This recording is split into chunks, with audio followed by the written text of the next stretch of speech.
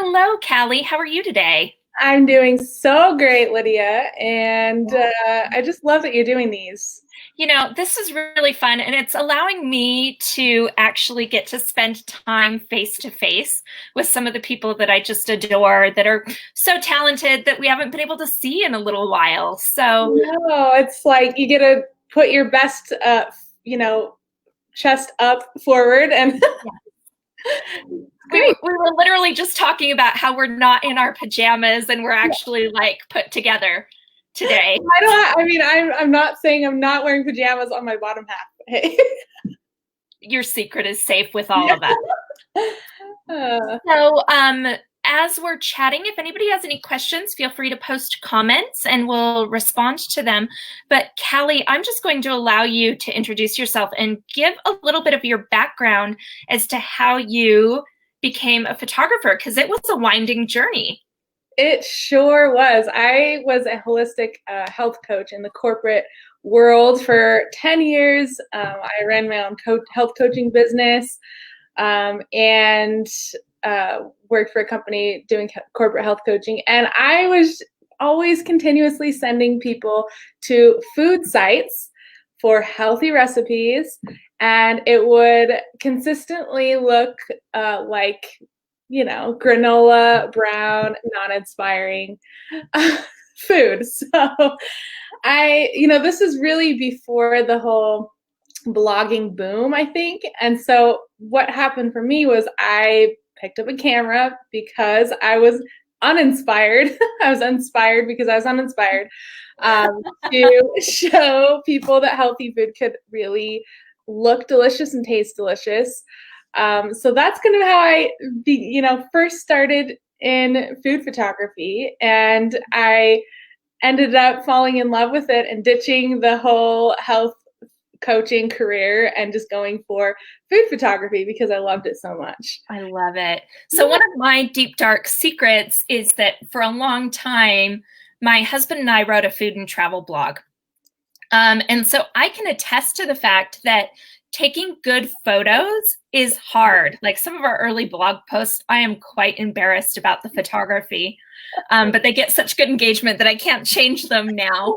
And so from my perspective, people eat with their eyes before they eat with their mouths. Having something, it's why chefs put so much time and energy into plating food beautifully, to make it look appealing. Or it's why, we hire photographers and food stylists to help us. But right now, a lot of restaurants are pivoting what they're doing, how they're doing it.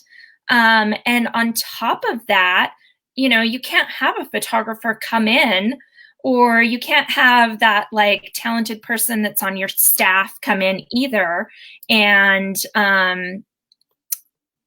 participate. And so because of, and take photos and things like that. So because of that, you need to do it yourself. And so today, I invited you on to talk about tips for taking your own food photography. Yeah, and this is, as you said, in this time right now with COVID-19, I specifically created tips, and we're going to cover some advanced concepts as well. So you can actually do it with your smartphone yourself with no knowledge of anything else. But having these in mind where you can, really be able to put your brand still best foot forward through this time, I think is going to be really important. And then you can use this, after this world has all come back to normal as well. Yeah, perfect. Cool. So this is one question I always get, is better food photography really that important for us? And really, I just wanted to touch on this because the other day, my little brother, he's 20 years old, and I was asking him about some local businesses, and he went to Instagram first as a search engine before he went to Google. And, I noticed that over and over, and I do that myself. But especially with, the client base, that the upcoming generation, they will go and look at your food, your images first to get a feel of your business and your brand before they'll go on to Google, which is really interesting. So they're trying to get an idea before they like click that button to order food from you or to do a pickup delivery. They're trying to decide, is this where I want to eat tonight? Exactly. And not only that, but the vibe, right? They're just getting the overall vibe. So, where do you decide where to eat? And maybe it's Instagram, maybe it's your website, or a combination of those two things. But of course, you're going to look at the photos besides the menu. So when it comes down to it, this picture here, let's see, I'm just kind of navigating between two screens. There we go. So the current situation is the majority of restaurants' feeds look like this. And it's really not helping and putting their, best foot forward. And it really is not, it's doing the business a disservice.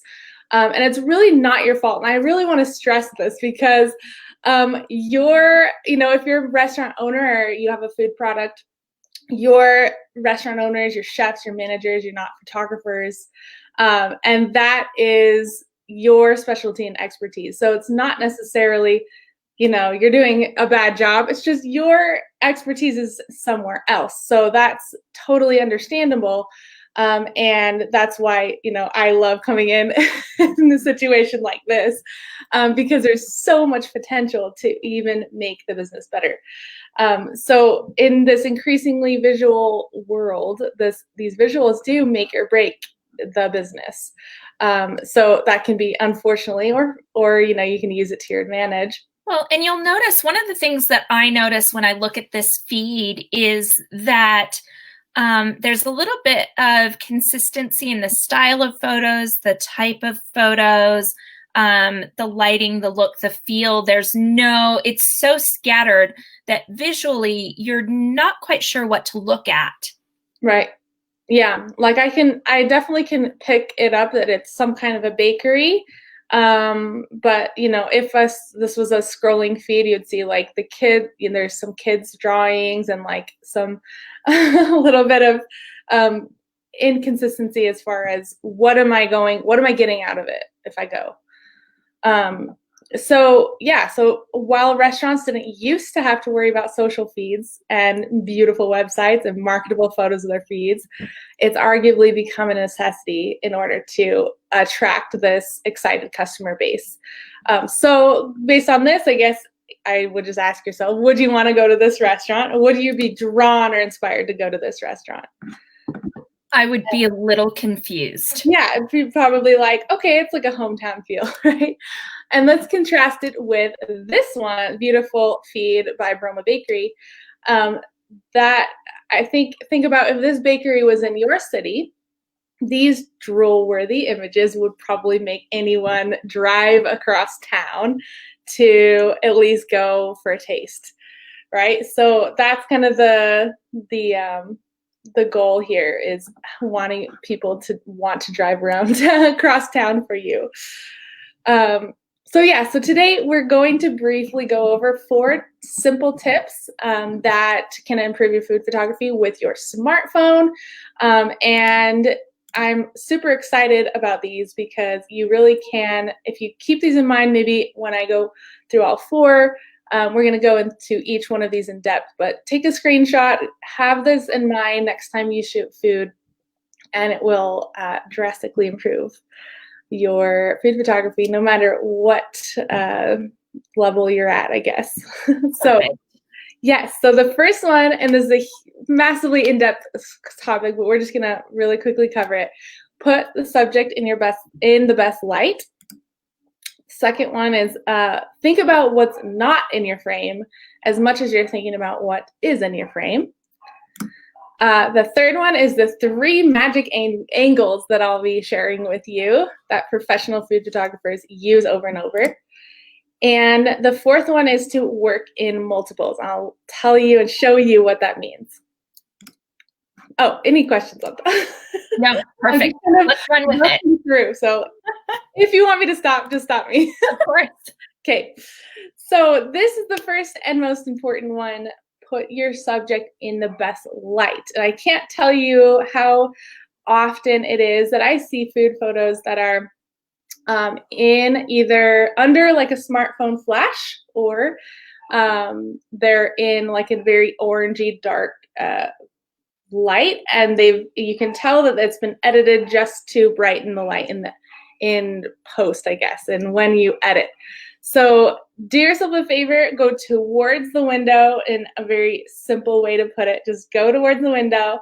I like to say, you know, artificial or a tungsten light, you know, that romantic candlelight dinner feel. Mm-hmm. It's really wonderful for when you're eating, but it's not wonderful in food photos. So it's orangey light from up overhead, or like that candlelight orangey light that's down in the table. It just makes all your food look brown. Yes, exactly. Yep, it's super romantic when you're in the moment, but not so much after. So I'll just say this as for, you know, covering things like white balance and blue shades, you know, just basically if you want to take like all the information of why to put your subject in this cloudy day light, and just take my word for it, for lack of better time, and just shoot on cloudy days, that's your best bet. I, as a food blogger, sometimes I would imitate a cloudy day shot by putting like a light transparent curtain over my window. So that's one way to like just put up like a little bit of gauze or something, or a light curtain over the window to duplicate that effect if you have to shoot on a sunny day. Exactly. Yes. Perfect. And you know instinctively. I think some of these things, if you're like, you have an eye like you do, you instinctively know, hey, I'm going to diffuse this light by putting up a sheer curtain. And that's exactly right. So shoot on cloudy days, shoot within 3 feet of the window. So get as close as you can there. And then I say to standardize your light.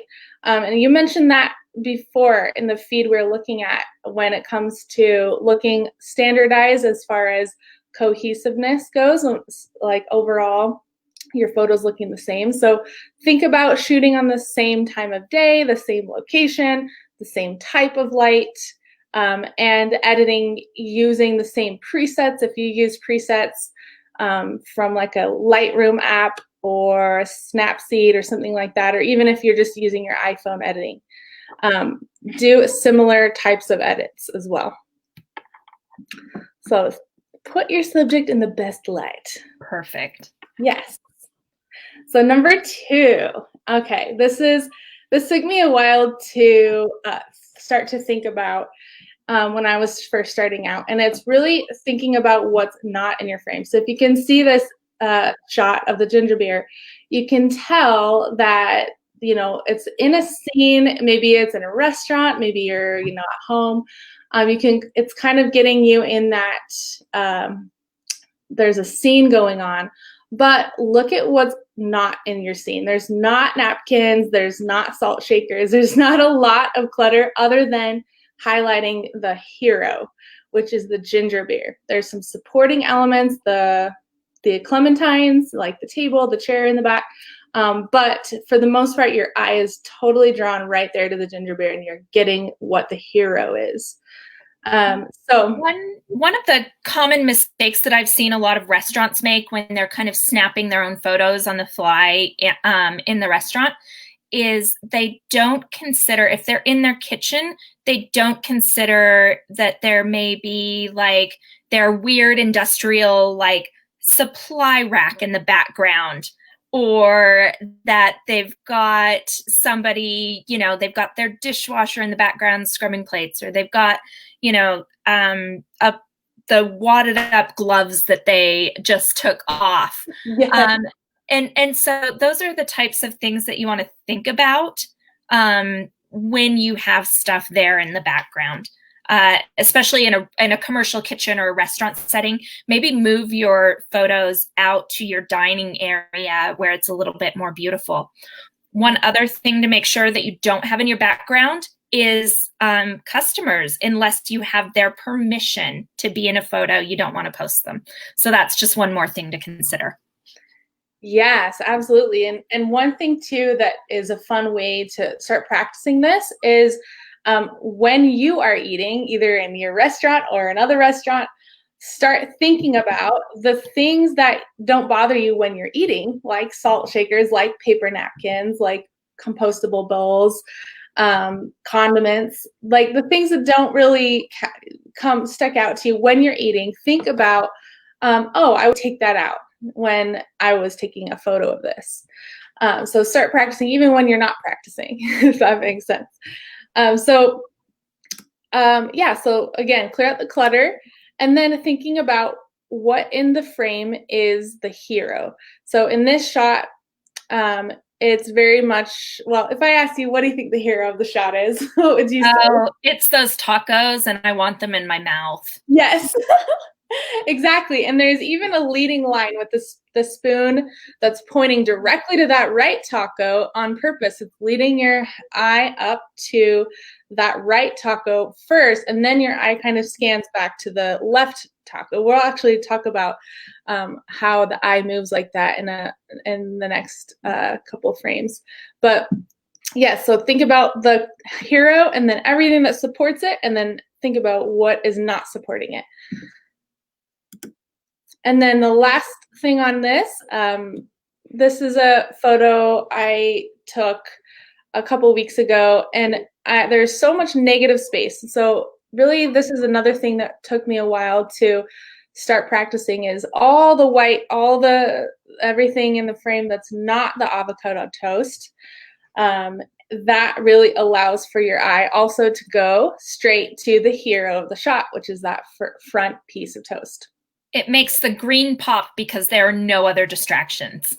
Exactly. And one other thing that's great about this is you can use negative space for text if you need to, for marketing materials, for so many other things. If you needed to put something in that negative space later on. So that's something to think about. So think if you're doing a social media ad or an ad in a print magazine or something along those lines, what do you need? You need space that is not busy to be able to put text on there. Yes, exactly. So it's perfectly okay. And really the thing I see the most with people that are taking food photos is they'll be so zoomed in that the entire frame will be contained with the food. So there's nowhere for your eye to travel. There's no interest. And there's no kind of like movement per se in that photo. So you want to be able to have space, a little bit of space for that to happen in your brain. Brilliant. Okay. The 3 magic angles. This is so fun for me because this is used, you'll start to see this over and over with professional food photographers taking these 3 angles. And you can use this today if you'd like. So the first one is the straight on angle. The second is the 45 degree. And the third magic is the overhead. So this first one, you can see, I don't know if I can get the little arrows off, but it's okay. Yeah. The 3 magic angle, or the first one is the straight on. So this is going to be great for showing stacks. You can see there's a couple of photos of stacks here, drips and drizzles, and height. So if you're wanting to show off, like in that bottom left corner, there's a portobello burger I had my husband hold there because I really wanted to show how thick and large it was. So if I would have done it from a 45 degree angle or an overhead, you wouldn't have gotten that feel that it's... You would have minimized it. Yes, and I wanted it to feel larger than life. Even though it's like small, but it had height. So always think about, if you have a cupcake with a tall frosting, swirl on top or something like that, you're going to want to get straight on with it. especially if there's dust or like a powdered sugar. If I had a powdered sugar over this chocolate cake, that would have been something I would have wanted a straight on. I'd get straight on with those cookies right now. Right? Straight on in my mouth. Mm-hmm. Yes. So so think about stacks, drips, and drizzles, and height in the straight on. All right, the 45 degree. And now I love this one because it's really excellent for telling a story. So if you can tell, all of these photos are brilliant at telling a story. The scones actually is not my photo, but I loved it so much. It's Emma Duckworth's photo. And she did such a good job with sharing. Don't you get like this breakfasty, like cozy vibe with the scones? It's like, it kind of tells a little bit of, I just feel like it's morning and it's like maybe a Sunday brunch or something. You can see the background. You can see the jam. You can see that little dollop of cream in the background. There's the flower vase. And so it creates an ambiance. Yes. Like you said, it's to tell the story. And just so people know, like that angle, think of it like shooting your phone about like this, up above 45 degrees. Yeah, and it's basically where you're sitting, right? Looking down at your food. It's more of a realistic scene to where you're really sitting in comparison to your food. The top left one, again, it's like the breakfast. You have your paper and the coffee.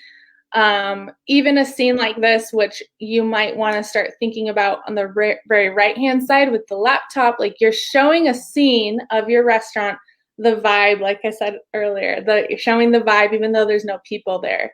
I can totally picture myself sitting there with the smoothie and have my computer, my journal, and just like be working away.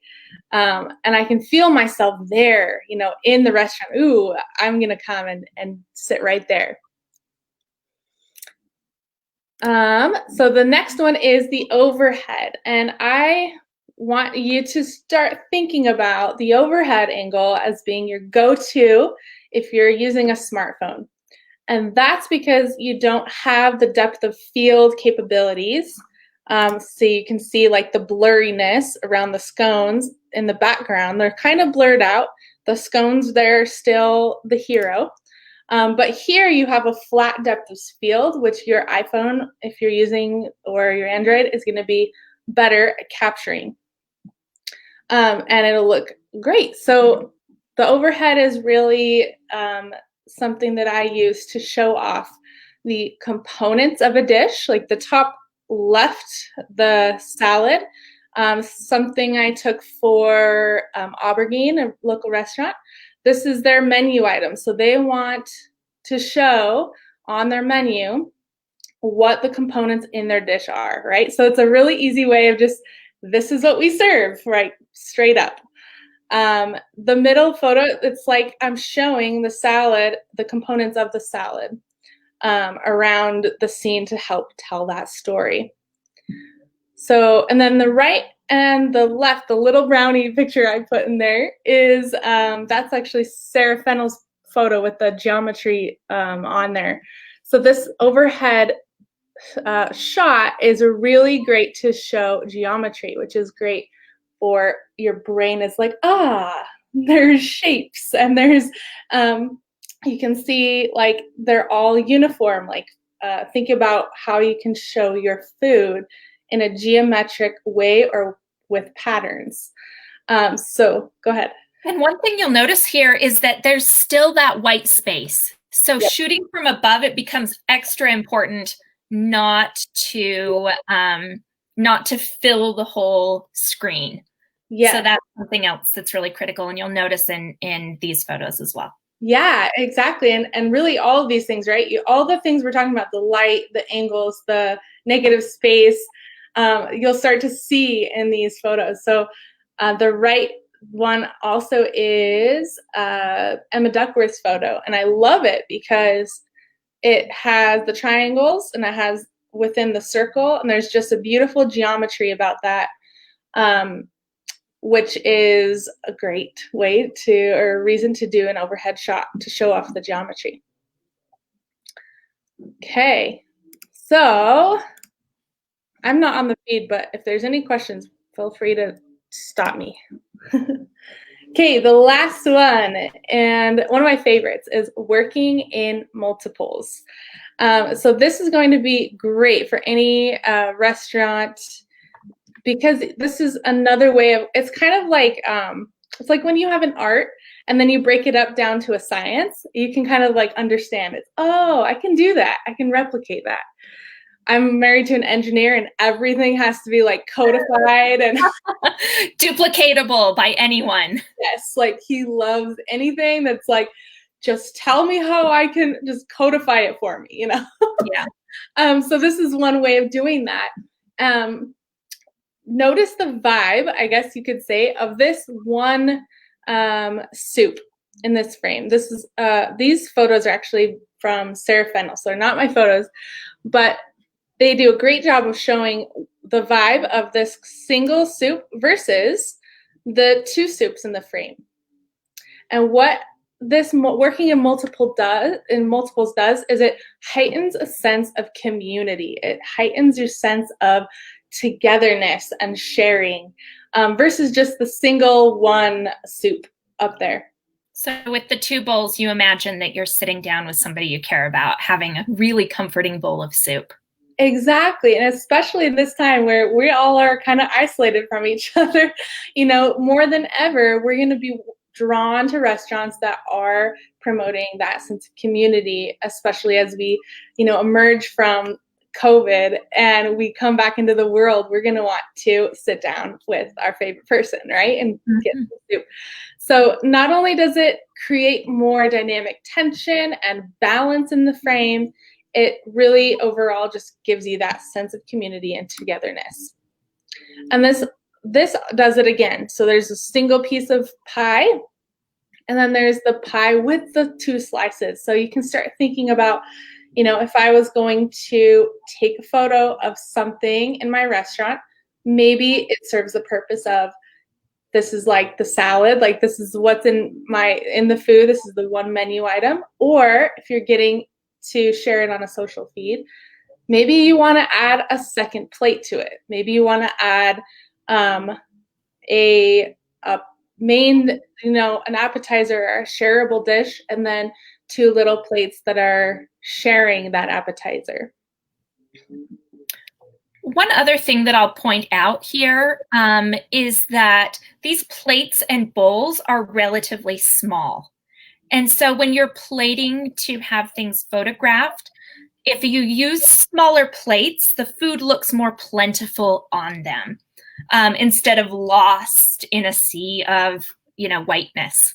Yeah. So that helps the plates feel fuller and look better in your photo. Bang on. I love that. Amen.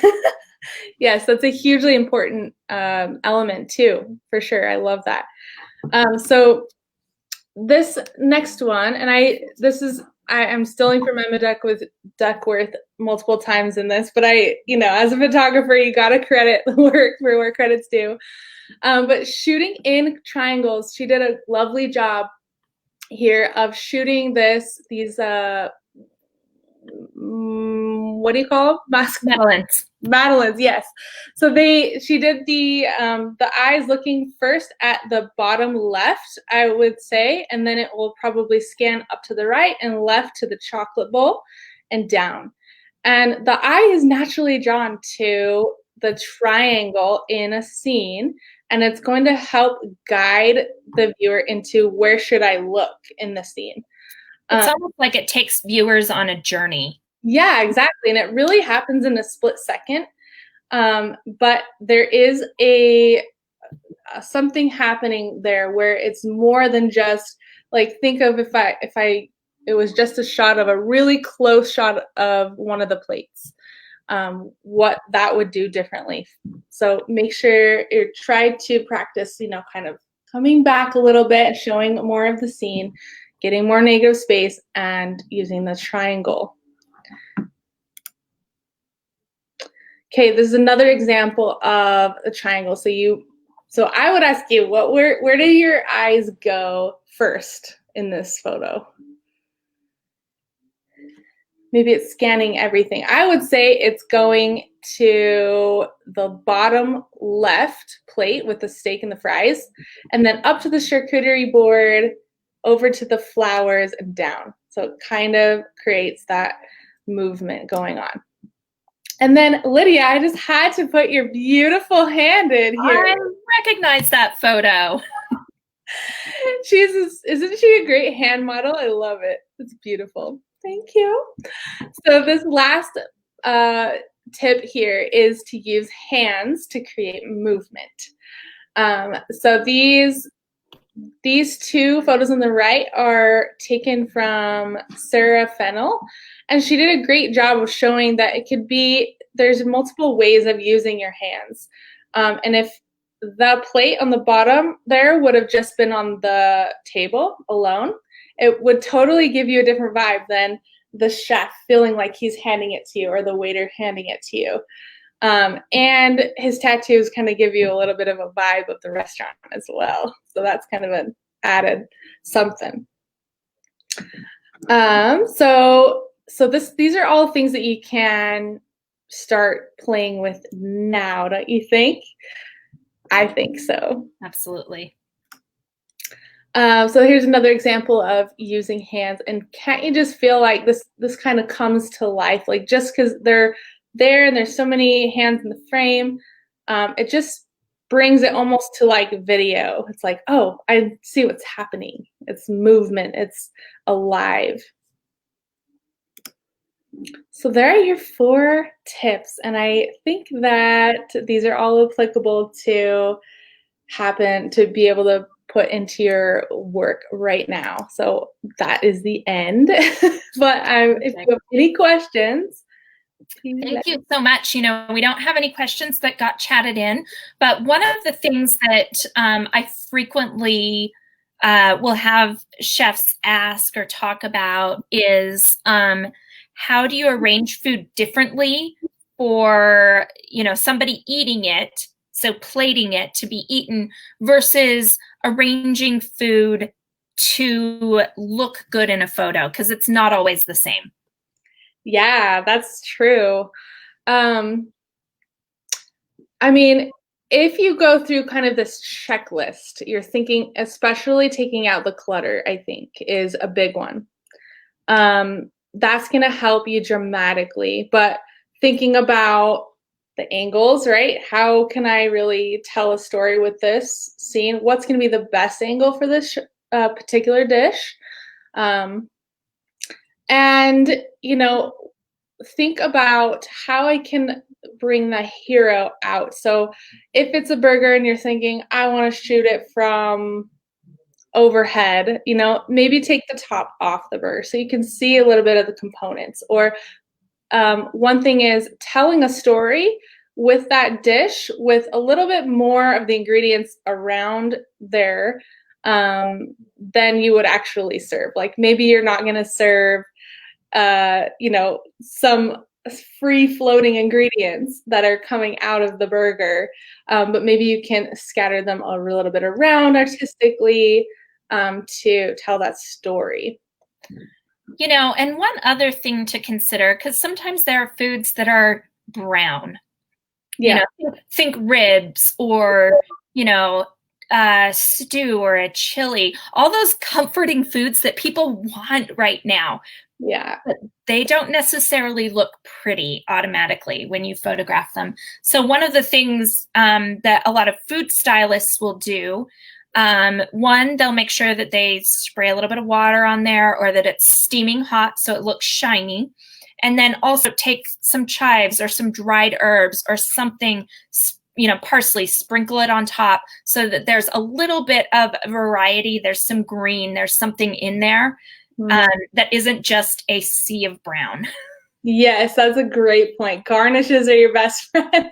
In fact, throw some herbs so you have it all on, always on hand. Yeah. Yep.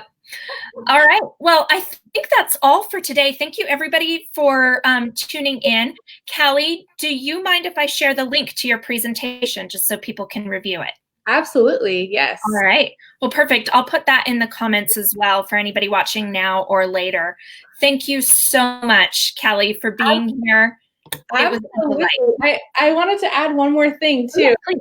And with this pandemic going on, I want to do my part. I think we're all thinking to ourselves how we can help the world in our unique way right now. Absolutely.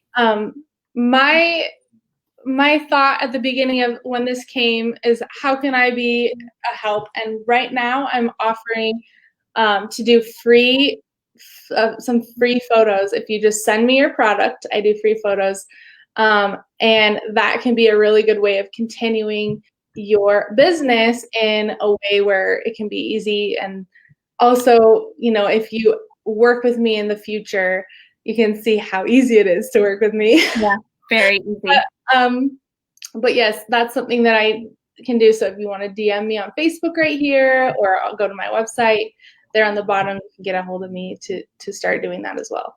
And Callie, why don't you just say your website so that people can capture that as well? Yes, so it's CaliWarnerMedia.com. And the things that I'm starting to do is do shoots remotely here in my home studio for people that still need to put out content. And I also, do monthly subscriptions for businesses, so they don't have to use stock photos. They can actually have, tailored to their business photos as well. So Very you much can do it that way, or if And- you have questions about this presentation too. And that's a lovely offer, Callie. Thank you for putting that out there. And just so you know, Callie is a photographer that we work with and that we have worked with our clients. And she does just a beautiful job, including on those home studio shots. She's actually done that for clients before as well. So thank you so much, Callie, for being here again. And be well and be safe. And please do reach out anybody after the fact if you have any questions. Have a great day. You too. Thank you. Bye.